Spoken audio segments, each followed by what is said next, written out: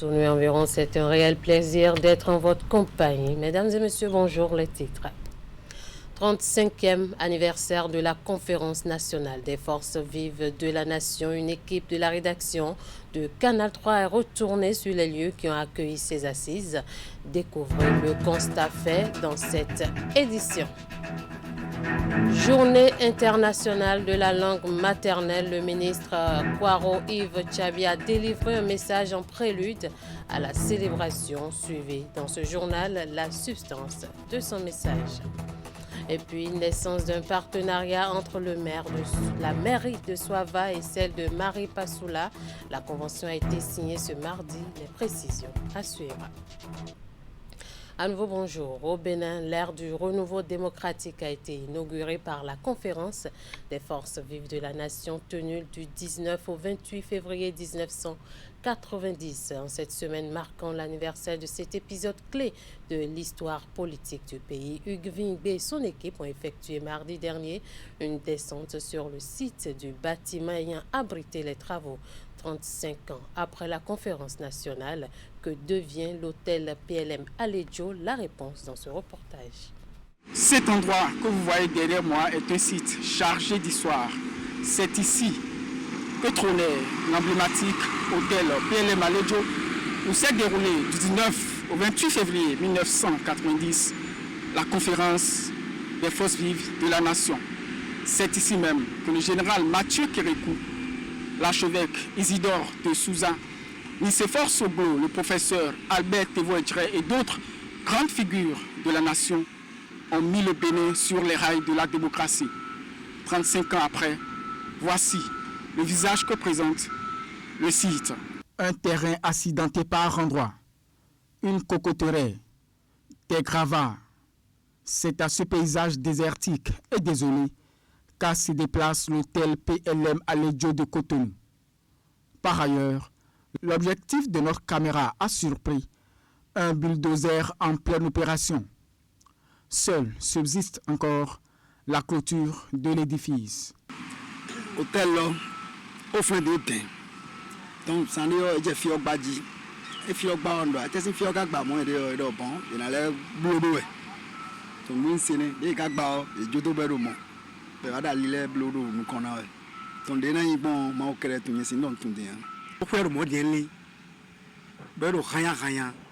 Bon, jardin nous fait bon faire n'importe comment. Sur la façade de l'hôtel, des collines de sable, d'autres bulldozers et des camions également en action. Pour les riverains du site, la destruction du bâtiment ayant servi d'abri aux travaux de la première conférence nationale d'Afrique francophone est un acte salutaire. Toutefois, ils espèrent une reconstruction à la hauteur de l'héritage historique que représentait l'hôtel PLM Alejo. Au fil au 90 fil mi ayi l'indépendance rio paré gba yan e gba hun il goblo mo problème donc là au moins fil mi an fil jawe la gba c'est temps au fil gba nous bol fil mi mais fil to ran point yo donc 90 on rejo pour le lojo le di. Nos tentatives visant à connaître la nature des travaux en cours sur la façade du bâtiment n'ont pas abouti. Néanmoins, il est évident que l'environnement du site est en voie de réaménagement. Les langues comptent, c'est le thème retenu cette année par la communauté internationale pour commémorer la Journée internationale de la langue maternelle. Depuis sa première édition en l'an 2000, cet événement œuvre à la préservation de toutes les langues à travers le monde. Comme tous les autres pays, le Bénin va célébrer demain 21 février 2025 la 26e édition de cette journée. À l'occasion, le ministre de l'Enseignement secondaire a adressé un message à la nation. On va le suivre. La commémoration de cette journée se fait dans un large éventail linguistique qui traduit parfaitement le multilinguisme dans lequel est engagée notre nation depuis sa création. De même, cette journée invite chacun de nous à examiner d'une part la richesse de la diversité à travers le bénéfice que l'humanité peut tirer lorsque les gens s'expriment et font part de leur point de vue unique, et de leur propre façon de voir et de faire les choses. Le programme d'action du gouvernement 2021-2026, introduit par le président de la République, son Excellence Patrice Talon, offre divers projets, notamment le projet H, qui accorde une place de choix à la valorisation des langues maternelles à travers des offres d'apprentissage basées sur la flexibilité et la réactivité.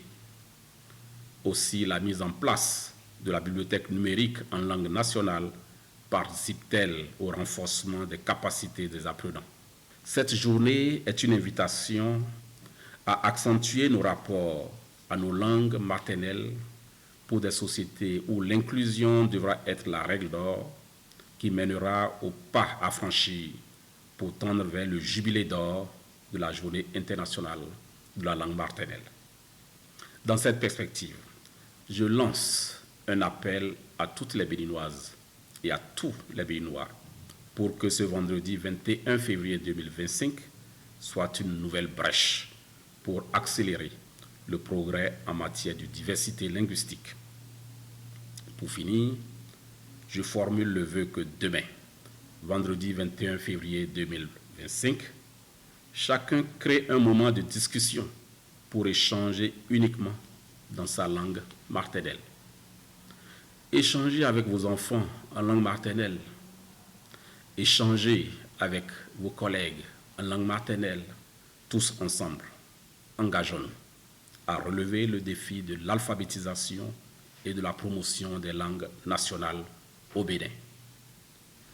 Cette édition se poursuit. Renforcer les partenariats stratégiques entre les entrepreneurs béninois et les investisseurs chinois. C'est l'objectif que s'est fixé le Forum économique Bénin-Chine qui s'est tenu ce mardi à la Chambre du commerce et d'industrie du Bénin. Un espace d'échange B2B qui ont mis en lumière divers secteurs au Bénin. Idrissou Boukari pour les détails.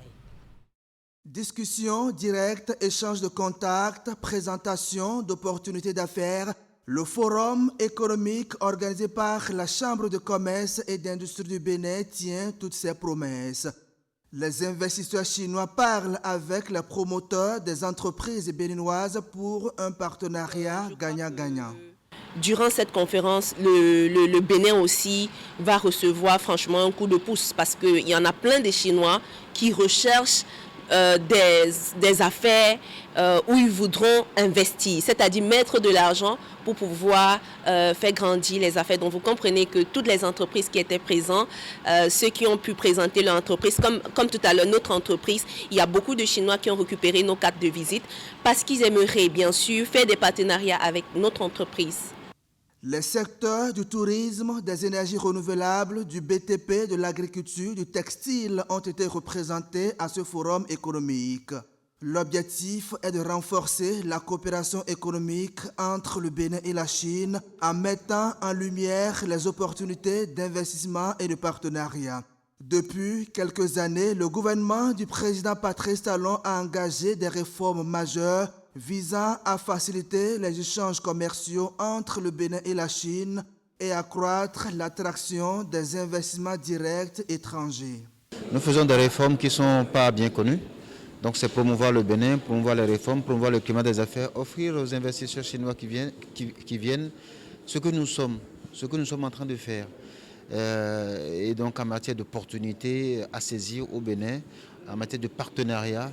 Et donc ça permet aux Béninois qui sont également au Bénin ici et qui n'ont pas la capacité de voyager, ou bien nous leur apportons des partenariats, des possibilités d'affaires. Et donc il revient au secteur privé béninois de se mobiliser pour aller à la rencontre de ces investisseurs qui font des kilomètres pour venir nous voir et chercher des opportunités. Ce rendez-vous intervient à la suite de la deuxième édition du Forum d'investissement Bénin-Chine tenu le 25 avril 2024 au Palais des Congrès de Cotonou. Les artisans bénéficiaires du volet formation du projet Arche au titre de l'année 2024 ont reçu mardi à Cotonou leurs attestations de fin de formation et de remise à niveau. C'était lors d'une cérémonie marquant le lancement officiel de la remise des attestations. 2 ministres du gouvernement et tous les acteurs impliqués étaient présents à cette cérémonie dont le compte-rendu est ici présenté par Teddy Godala. Des attestations de fin de formation décernées à un échantillon de plus de 3000 jeunes ayant bénéficié du volet formation du projet Arche, assurance pour le renforcement du capital humain. Ces artisans ont pour la plupart renforcé leurs capacités dans les domaines de l'énergie photovoltaïque, la mécanique auto, froid, climatisation, boulangerie, pâtisserie, la transformation agroalimentaire, et les systèmes de soudure et d'irrigation liés à la mécanisation agricole. Désormais, nous allons mieux satisfaire notre clientèle qui, contente de nos prestations, pourra enfin nous payer à la juste valeur de ce que nous méritons. Sous le leadership éclairé du président Patrice Talon, notre pays a entrepris de véritables réformes sociales qui transforment le quotidien des Béninois. Ces initiatives témoignent d'un engagement profond en faveur du développement humain, de l'égalité des chances et de la prospérité collective. Ces artisans formés pour le compte de l'année 2024 ont chacun bénéficié d'un perfectionnement pratique et technologique de 40 heures avec 20% de phase théorique et 80% de pratique. Ceci bien entendu sous la supervision des experts nationaux et internationaux. Je voudrais également rappeler aux récipiendaires de ce jour que ces parchemins sont certes le couronnement de beaucoup d'efforts, mais ils ne sont pas une fin en soi. Ces précieuses attestations doivent plutôt être considérées comme le tremplin d'une quête perpétuelle de l'excellence en matière de formation professionnelle. De façon concrète, 394 artisans ont été formés en énergie photovoltaïque, 300 dans la mécanique auto, 342 en froid climatisation, 200 en boulangerie, 150 en pâtisserie, 900 dans la transformation agroalimentaire et 695 dans les systèmes de soudure et d'irrigation liés à la mécanisation agricole. Pour 2025, il est prévu des actions de perfectionnement au profit de 4000 artisans dans une dizaine de métiers avec un accent particulier sur ceux intervenant dans les filières de la mécanisation agricole.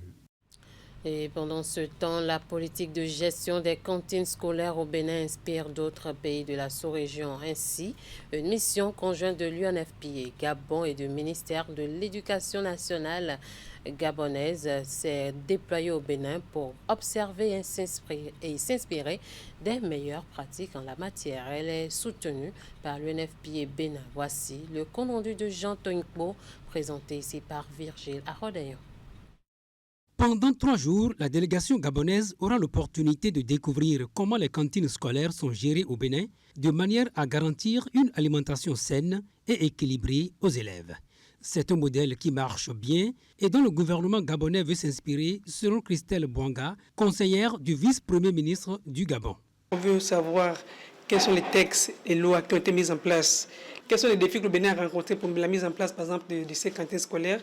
Ça n'a pas été facile parce que là, on s'est rendu compte qu'au début, ils étaient à 31,5% en 2017 de taux de couverture. Et en 2024, ils sont à 75%. Vraiment, c'est encouragé. Donc, nous, également, on veut peut-être faire également la même chose au niveau du Gabon. Au cours de la première journée, une série de rencontres. La délégation s'est également entretenue avec la coordonnatrice résidente des Nations Unies au Bénin et avec des représentants du Fonds des Nations Unies pour la population au Bénin. Les autorités ont été reçues ce lundi 17 février à l'Agence nationale de l'alimentation et de la nutrition. Cette visite se passe bien dans l'ensemble. On a visité la coordonnatrice du Centre des Nations Unies au Bénin ce matin. On a vu également le représentant de l'UNFPA Bénin. Et ensuite, nous sommes allés voir également le représentant PAM Bénin également. Et tout à l'heure, on a fini avec le directeur général de l'ANAN, Bénin, voilà. Donc ça se passe bien, parce que c'est un modèle, comme je disais tout à l'heure, on ne connaît pas au Gabon. Donc avec cette rencontre, vraiment, on a beaucoup appris. Ces échanges préliminaires ont permis de comprendre le fonctionnement opérationnel des cantines scolaires au Bénin.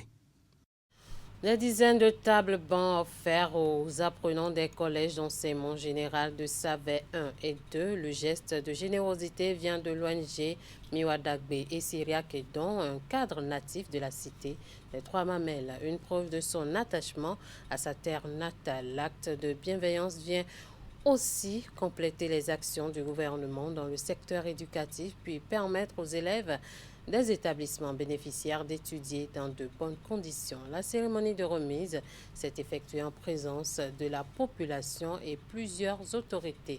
Les détails, c'est avec Emet Hélène Amonso et Georges Vaudouna. Le lot de tables bancs est destiné aux apprenants des collèges d'enseignement général 1 et 2 de Savet. C'est un don de l'organisation non gouvernementale Miwadagbe et du docteur Syria Kedon.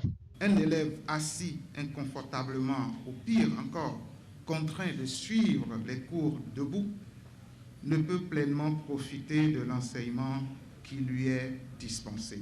Je tiens d'ailleurs à saluer ici les efforts considérables fournis par le président de la République, son Excellence Patrice Talon, et son gouvernement en la matière.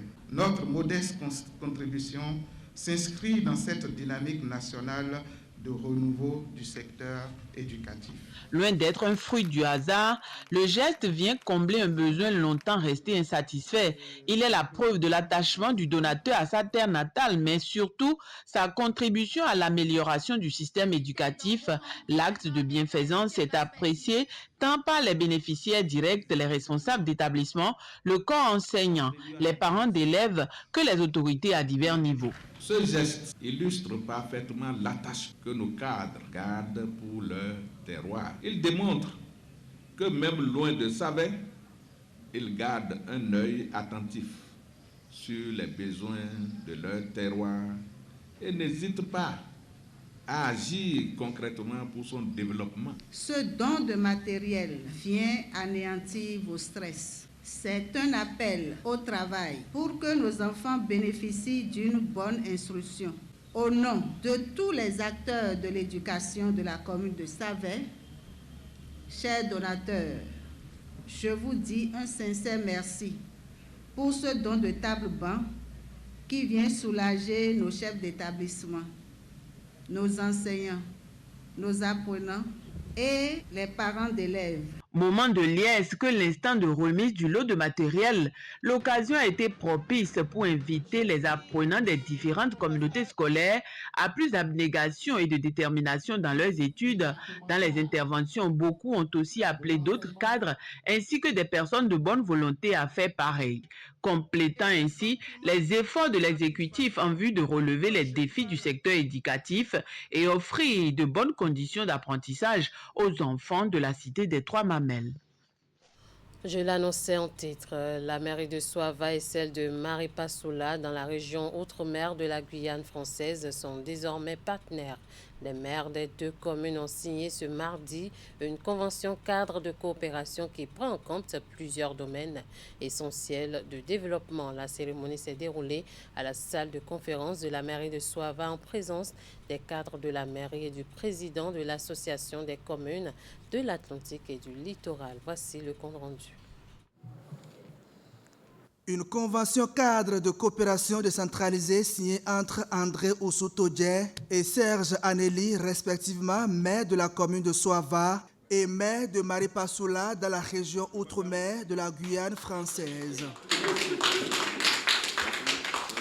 Deux communes qui partagent les mêmes réalités géographiques et deux maires qui partagent les mêmes visions de développement. Ce partenariat transcende les frontières et témoigne de la volonté conjointe de nos peuples de bâtir un monde où la coopération prime sur l'isolement, où l'expérience partagée est une force et où les défis d'aujourd'hui deviennent les réussites de demain, pour que nos communes grandissent ensemble dans l'harmonie et la prospérité. Je me retrouve à Soava pour une journée et un moment exceptionnel. La signature d'une convention d'une telle ampleur me donne beaucoup d'émotion.